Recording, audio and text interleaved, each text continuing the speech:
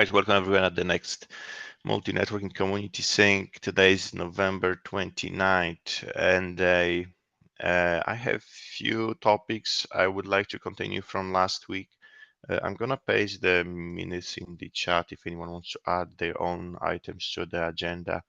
One quick thing, the KubeCon recordings are up, and I added the recording that me and Doug did about multi-network the last KubeCon in Chicago. So if you want to watch it, what we talked about, the recording is here. All right, and to what we discussed last week, as a quick reminder, we have started reviewing again the requirements to see what can be kind of reduced, cut off, or moved around a bit in context of complexity reductions. I think last time we ended up on some of the requirements to be pushed out a bit further out. And let me look at those and we can continue from there. Yeah, let's do that. Share this tab.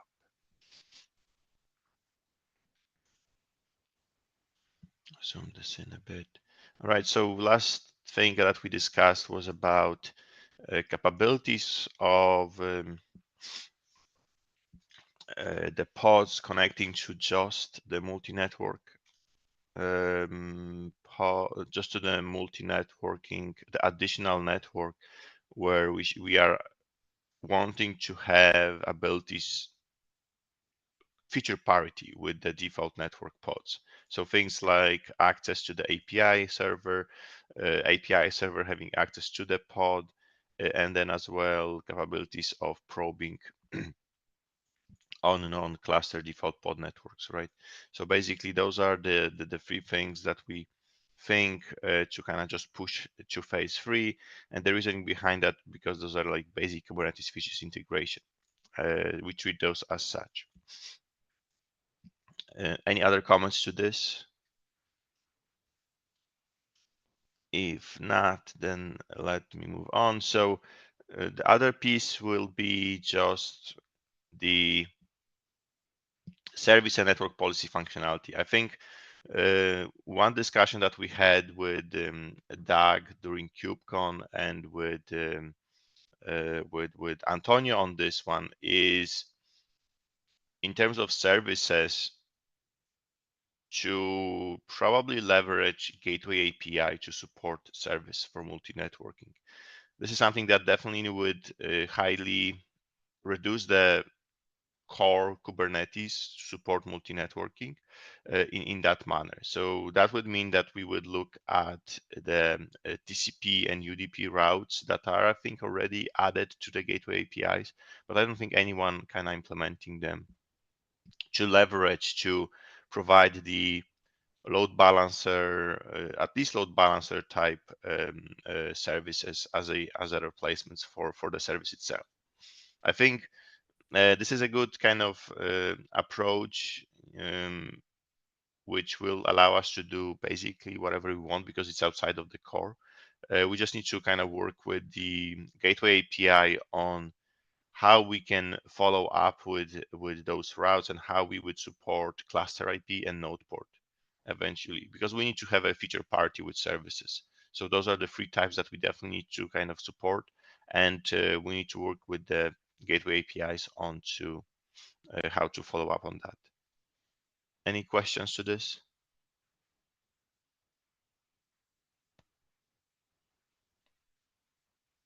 And this is just an aside, but regarding that, we should put this on the sort of a to-do list to get some more detail from Antonio about that concept for the gateway API stuff. I mean, in theory it sounds good, and I'm like happy to have a path where we can move forward, but I feel like I still don't entirely get it. So I'm gonna write it down on the agenda. Okay, thanks. So I think we can invite Rob. He's leading the Gateway API effort into get in full. So I think he will be the kind of first hand to ask for that. I don't see Shane here. He's not here, so he could probably tell us as well. Sometimes he's here, but if anything, we can as well pull him in. They can give us some kind of background or where they at with it. But as I would envision it, it will still probably use the under the hood kind of objects like endpoints and endpoint slices for this, because some implementation kind of rely on those kind of objects to kind of for the service functionality. So I'm finding the Gateway API just as a front end replacement. And instead of using service, someone would just use the TCP route and the gateway schema to kind of enable the same thing. And I'm not sure anyone of you watched the light talk. There was a light talk from Tim on the last KubeCon as well about the service API, where basically he says about all the options combinations that are there. And what is a hassle, what sort of hassle it is, the service API itself.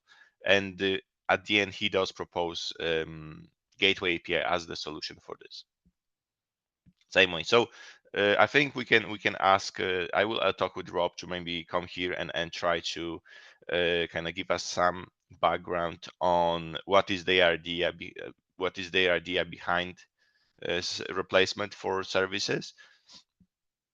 One note I need to kind of call out here from what we talked with Antonio is that since services already work, Gateway API has little or no incentive to work on the replacement for service, and because some user already uses services, why would they switch to something else if services already works for them? So multi-network could be that incentive to keep people and asking people to switch to Gateway API instead of the service. And service will probably might be just a no, probably in this case we would want to completely get rid of it, at least for that capabilities, right?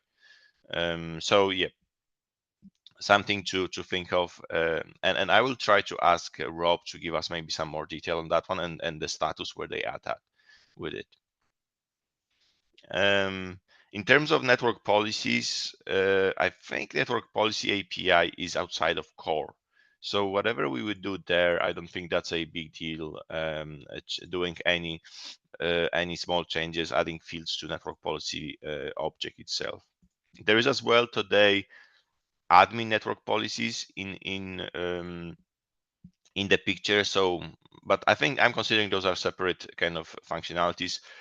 Right now, this one listing service and network policy. In the future, we probably, as a next step or a separate cap, we can work on expanding the admin network policy to kind of support this one as well. Any comments to this? All right, moving on. And now the last four, and I think that this one can still stay and will be together with those. So those four that will be in the phase 3. I will shuffle this around when we're done with this discussion. All right, so phase 4, this is extended functionality. So have capability to override cluster default pod network in the namespace scope. So this was to support this capability. I think the story 6 basically says that. So it's basically a feature where a requirements where I can just create multi-tenancy without the user even knowing that they are on a different network, right? Pod network. So basically, I said what is the default pod network in a specific namespace, and basically users apply their pods the way they do. They don't care about multi-networking at all, and they just are connected to a specific pod network to whatever the namespace's default is. So that's what the extended functionality is. And the question is, should we just cut this? I assume since those are extended functionalities, this can be set and done for all of those three. What is the next? Add remove attachments. So basically this is hot plug. And the last one is hot plug for the IP itself. I think those are all kind of on the chopping block here, or could be. Yeah, I don't mind these going out if they're going out until we get around to doing them, or we agree that we have to come back and discuss before we can change them. I can imagine those being things that people want in the future, though. Yes, and the so, question I mean, would be, so maybe the question, we can look at it from different point of view. Is it crucial to have multi-networking as GA? Or is it something, so, or maybe other, do we need to think about those, or would those affect in any ways our work towards phase 3? That's my question here would be, and that could be the kind of criteria of, should we really keep it here, or is it an extra work which can be done in a separate CAP in the future? The thing I'm slightly confused or concerned about is those last 23 I'm not really worried about. But 24 and 25, if we remove those, I think that we need to remove the use cases that need those. So that for sure would be the VM story, right? Yeah. I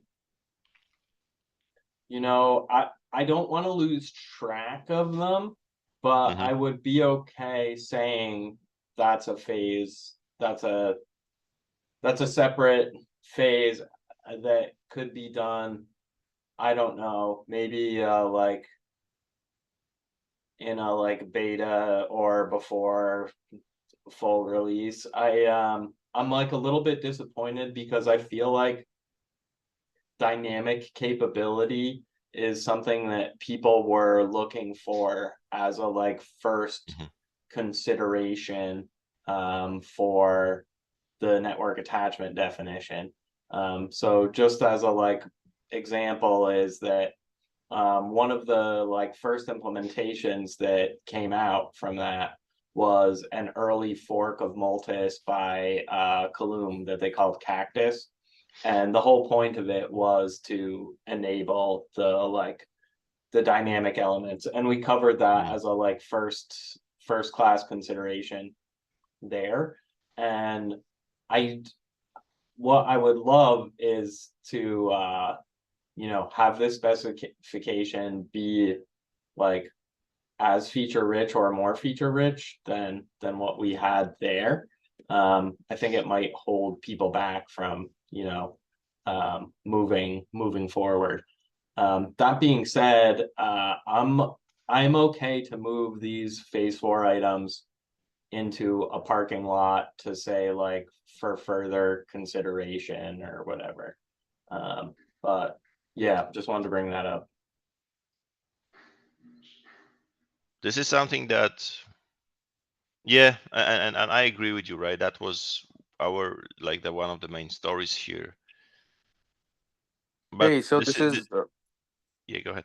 sorry, this is Sumit, and I also just want to give my opinion, right? So I also side with Dog. I think this phase 4 capabilities, right, especially the addition and removal of dynamic IP to the running pod. I think that is kind of center stone for many different scenarios, especially in the multi-tenancy service provider kind of model. So definitely okay to park it for some time, but I think it's inevitable, and it's I wouldn't totally push it away. And that's what I'm saying. So no, so push it away. What would it mean is we would remove it from the CAP. That's what I'm proposing. all phase 4 would go away, because and correct me if I'm wrong, or unless I'm missing, those are things that can be a separate cap. So that's the question. Or is that true, or am I missing something? Basically, though, do we need to define and talk about those items before we finalize on our multi-networking capabilities?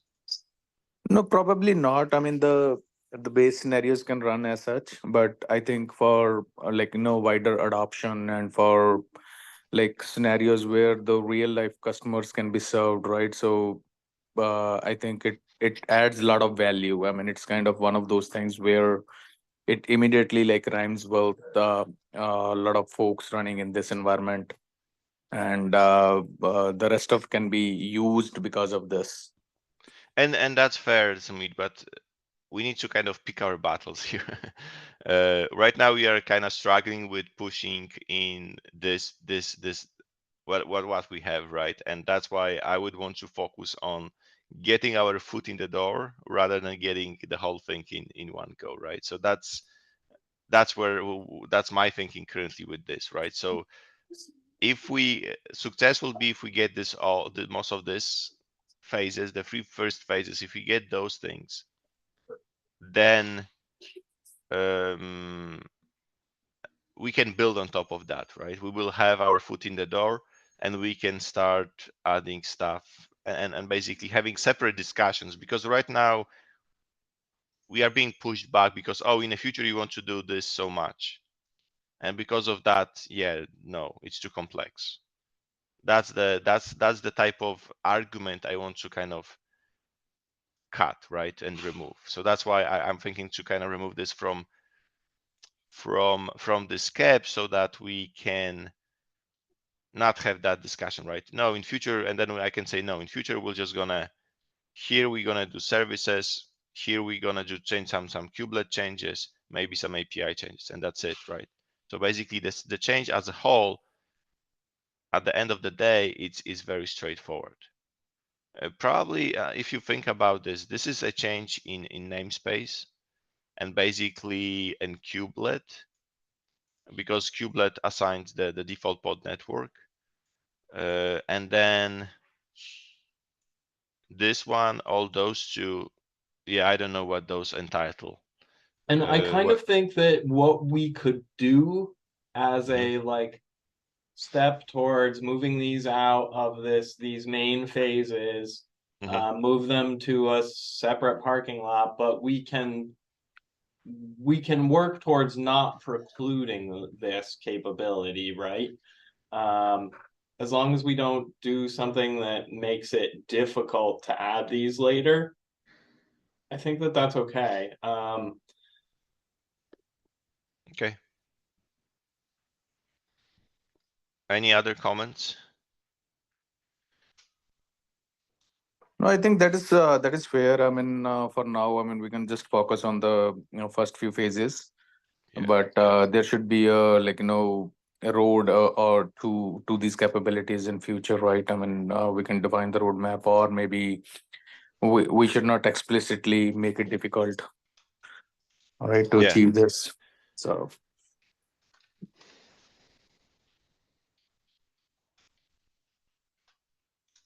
All right. I just want to kind of note that.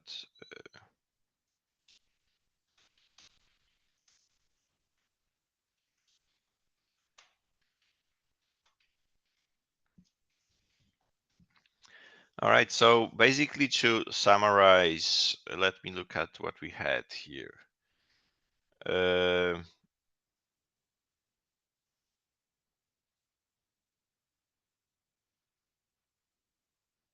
I'm looking at the notes. So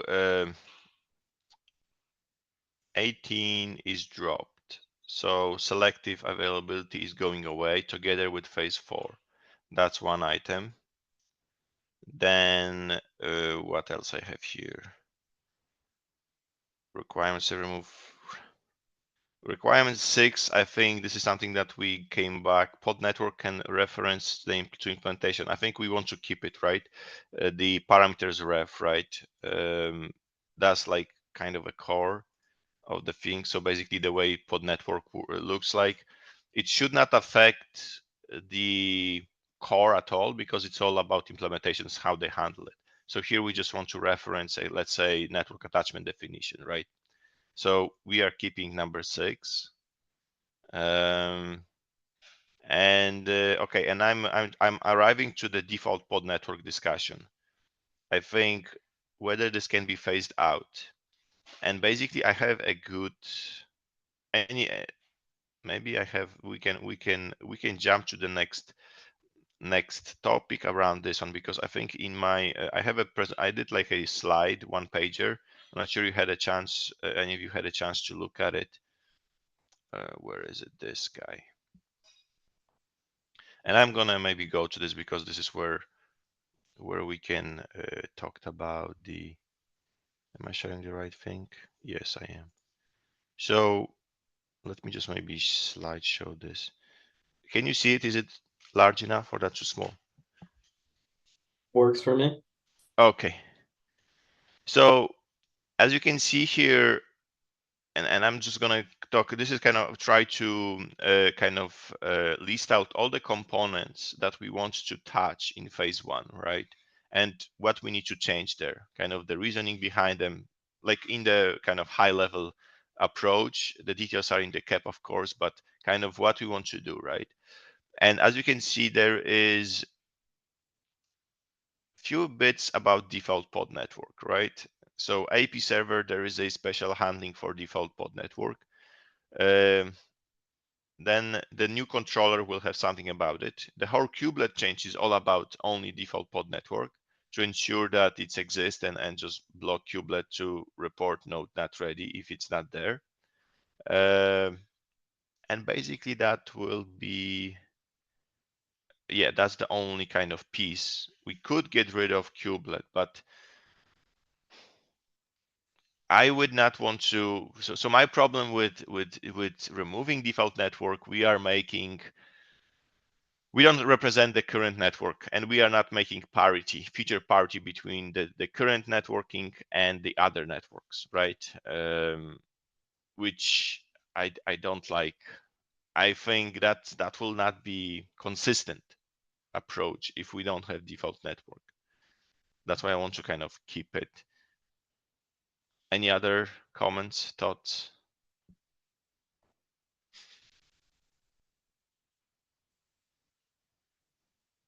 No. But now going back to this list, as you read it, anyone sees that this becomes quite complex? Any comments on that, like the whole beside the default network question? So let me maybe walk through this. So the first thing we need to add is the new objects, right? And maybe this is where the first maybe question would be about the network attachment. But let's see what, let's keep it in, because this is just another object that doesn't complex and much in the core. It makes complexity for the new controller that we would add, but beside that, there is not much other issues around this. And then API server has to handle validation, right? Validation for those new objects and for the new pod field that we would want to add, right? So those are the things that we want to add in API server. Then we want to modify pod object. I'm calling it out as a separate component, but because that's kind of important. So pod objects will get a new field in the spec, and we would leverage the pod IP status field, right? So this is where we would add all the other IPs there, which will hold the IPs for the other pod networks. So that's kind of, beside the spec, the pod IPs is just leveraging to what the pod IPs were created for. So we just expanding on that. So I don't think that's a bigger one. The only probably contentious thing is the spec change, right? Moving on, the endpoint slice. I'm calling this out because this is something that Antonio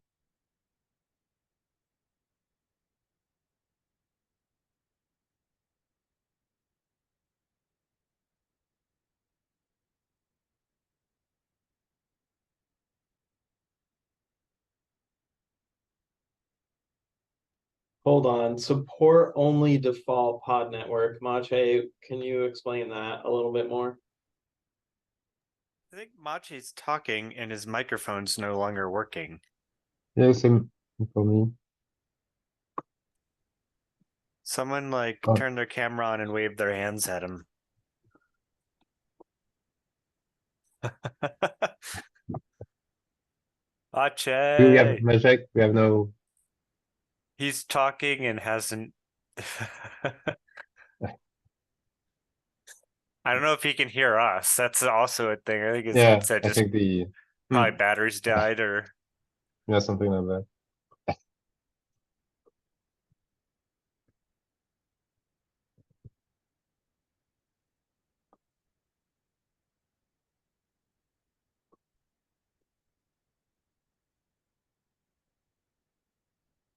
And now I'm back, right? You're back. Yeah. I'm back. Apologies. My headset battery just ran out. Ha, ha, ha. How long was I out? Maybe 90 seconds. Which point did I my Did you hear me ask about what do you mean by support only default pod network on the endpoint slice controller square? Oh, no, I didn't. Okay, so now I Okay. know where I added it. Okay, thank you. So the pod IP status will have multiple IPs, and each IP will have a pod network assigned to the IP. So since services will not support currently any multi-networking, just the default, right? We need to ensure that that endpoint slice controller, when there's a list of those IPs, it will pick up only the default pod networks IPs, so that we don't break the existing behavior.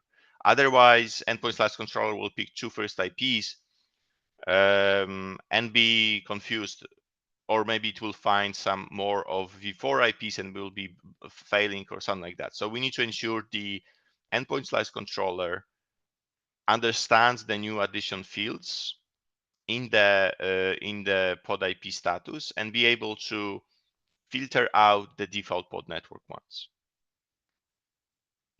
Does that explains it?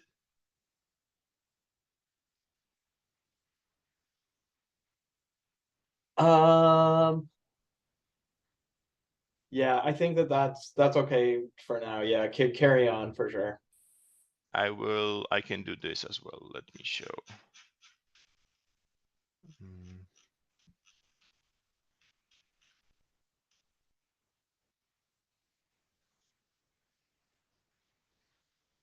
So we have multiple pod IPs have multiple IPs, right? So in this default example, you would have only those two IPs, right? Just one element in the list. One is v4 and this is v4, right? And what happens is, if I'm not mistaken, the code looks at the list first. If it's empty, it will just use this one. But if this list is not empty, it will just grab one IP from this. If I have a list here, that IP that that endpoint slice controller will pick might be some other IP. Or I'm not sure how that logic is there currently, but we need to ensure that logic properly selects the default interface, the default IP. That's what it is. That's just kind of handling that list, because we have a new IPs here, because now we have two IPs that are v4, which was not the case before. Do you see that now? Okay, so what you're saying is for endpoint slices, it can only, or for the endpoint controller, it's only going to pick up the IP associated with the default pod Yeah. network. Which to me, so I guess I need to dig through the spec and see exactly what we mean when we say it's the default network. Because I mean, like if we look at net attached def spec today, you're forced to always have a default network, and you can of Right. course have services on that default network. Right. So this means in this case, only if you mark a network as default can you get a service on it, which I'm a little bit disappointed about, because it's like one of the like main kind of functionality that I am missing in that space, is that people want to attach additional networks, have them as a data plane or whatever, but then also have services on them. All right. So let me. This is phase 1. In phase 3, when we will look at multi-networking for services for multi-networking, right? What will happen is we can create a controller, since I would want to kind of move towards gateway API, that when I create, let's say, TCP route, right, for my pods, and basically there will be a label selector, same way we have in service, and it will say, the TCP route will say, but do it on network data plane 1. So what it will do, the controller will see this object and it will do, oh, okay, I want to find those pods with this label selector, and I will this time create endpoint slice only for those guys that are from data plane 1 network. And then you would have a proper endpoints list created for that TCP route. And basically your, let's say, load balancer now, which should, or maybe doesn't care, but if you were to use endpoint slices, it will just look at the endpoint slices. Okay, See, okay. I think I'm following now. Okay, so So in the future, so because phase 1 doesn't support multi-networking services, but got it. Yes. Okay. Now I think I'm following. So yeah. To just like recap it shortly, is in order to reduce complexity for phase 1, which never had the goal of having the services for multi-network, what we intend to do is make the smallest possible change to the endpoint controller in order to just select the default network IP address. And once we get to phase 3, what we intend to do is use Gateway API in order to properly create. Expand, yeah. Okay. To expand all to right. the other I am. networks. Thank you for your patience No, with no me. I appreciate it, and I really. I was just making sure that well, now I understand that diagram is specifically pieces for that phase 1. Phase 1, which are already a big challenge. It's a lot of pieces. So yeah, I'm totally aligned. So thank you. So basically, that change in endpoint slice is to ensure we don't break anything as well, right? Because otherwise, if the list is not in order, and let's say the endpoint slice controller picks any of the IPs, or it looks for a v4 IP, right? It will pick the first on the list, and maybe the first one is not default. In mine it is, in this example it is, but let's say those guys are replaced, right, in different order. Then you're gonna get some IP which is completely from different network, and that service will be broken. So we need to ensure we don't break existing things, right, as well. Awesome. Yep. Yeah. I gotcha. All right. So let me get back to this guy here. So, all right, so that was endpoint slice controller. And then, okay, so now with the new field as well in the pod object, we want to ensure scheduler can react on that slightly. So this is our small change in scheduler, where scheduler we're on top of whatever it does today, see whether the pod network that is referencing the object is ready, right? So it will just check for the ready condition. And if it's not ready for the pod network, and it's very simple, because by default, the controller here that we want to add for the new objects, if there is no parameters referenced, it will just set the pod network ready from get-go, and there is what be very simple controller, right? So it will set that pod network ready right away, and then this guy just checks whether the ready is there or not. And the scheduler will be trying to behave accordingly based on that. So we do want to kind of integrate already here with that capability, right? At least on this level, right? We don't want to go further. We already cut out the other scheduler changes, and we will say that, okay, it's network always has to be available across the cluster, and then this keeps, this is the most of the schedule, this is the only scheduler change that we will have in the whole cap. Phases 2 and 3 never touches scheduler at all.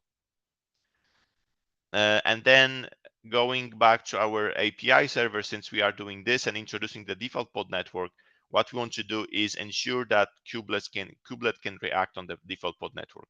The meaning for this is there is some changes. Oh, I need to probably add KCM. No, KCM change will be just this controller, which will this controller will handle the conditions for the new objects, but as well will handle the default pod network creation. And what I mean by that is, if I create new cluster, we talked about this, where you can have two ways on how the default pod network is created.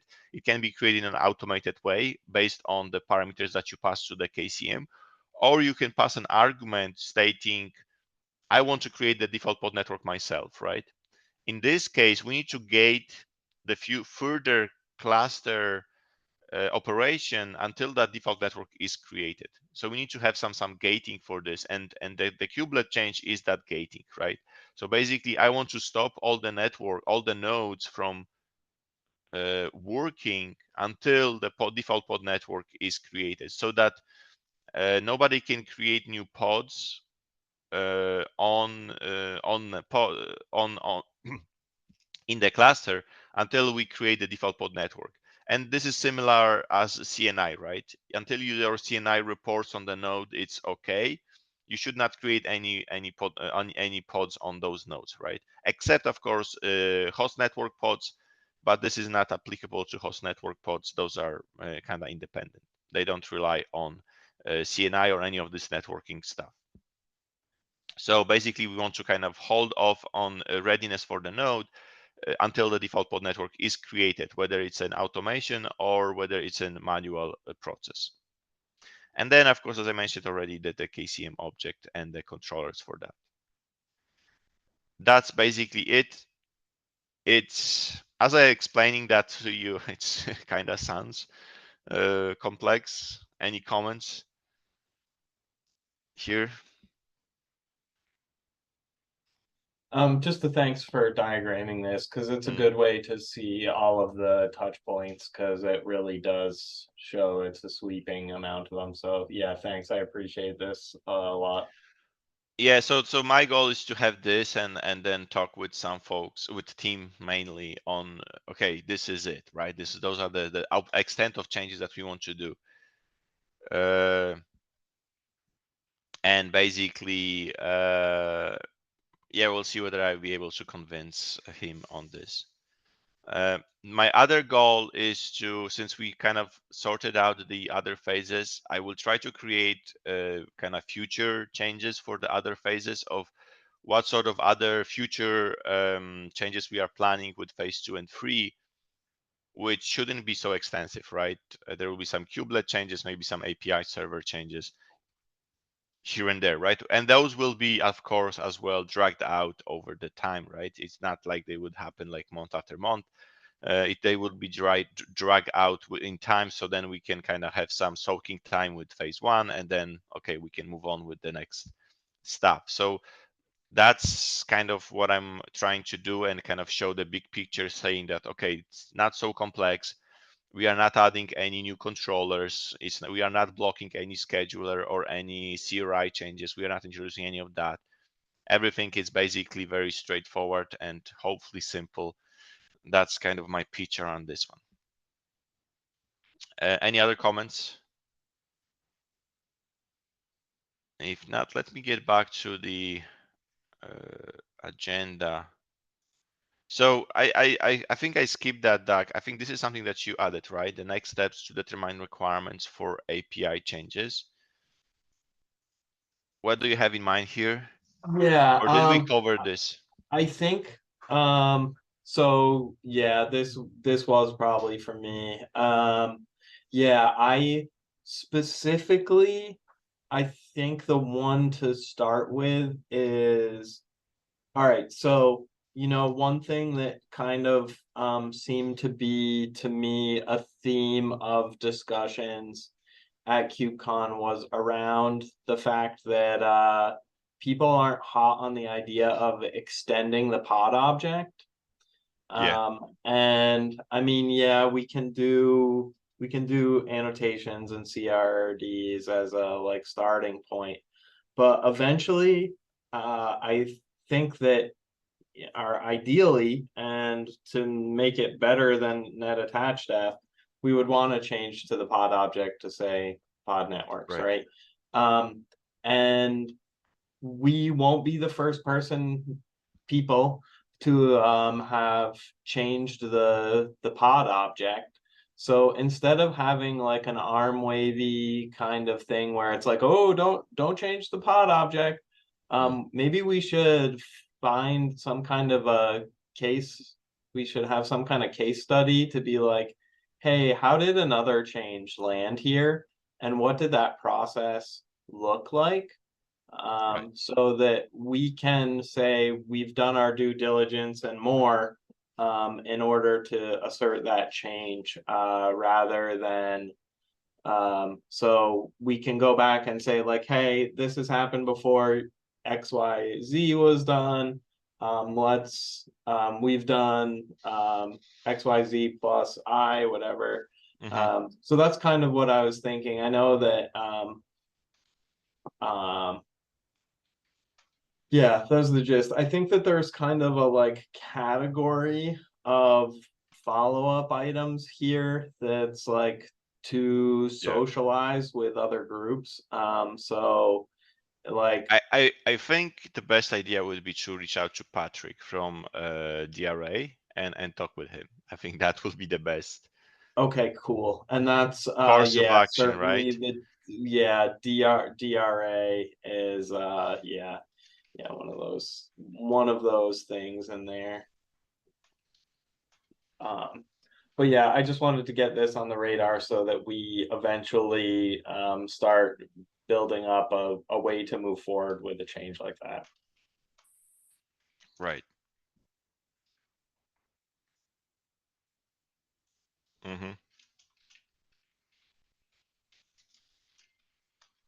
I don't know his last name, but I think Patrick, right? Patrick Oley, which I think is OHLY. I have an email address from if you want. It's somewhere in the it's Amazon. I think Yeah. we have probably somewhere here.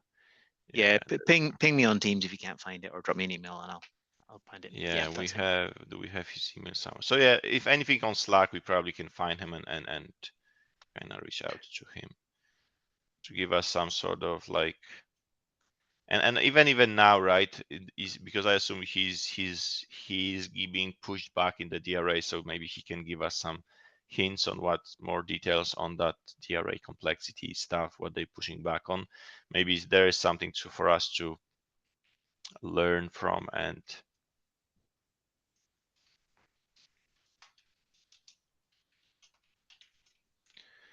all right.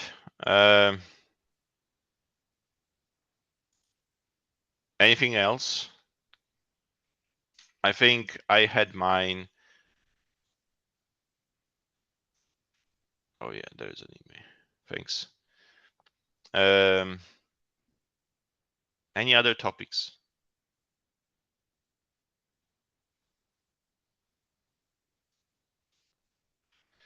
Maybe so folks, I am going to take few weeks in December and January off.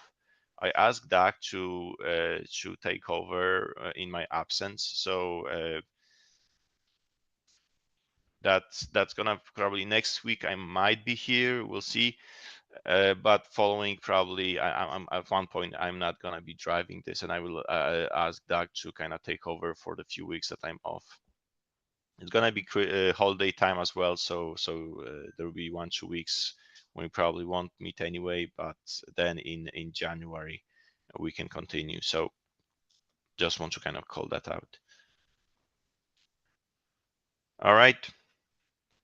If there is no other topics, then I think we can call it. Give you 10 minutes back. All right, nice seeing you all. Thank you. Yeah, thanks. Bye. Thanks. Great. Thanks, Happy bye. holidays, everyone. Thank you. And thanks for your contributions. Message. Thanks for driving this. Yeah, definitely. We still are meeting next week, so I think I should still be here. So let's. But yeah. All right, folks. Awesome. See you next week. I'll catch you soon. Bye. Bye.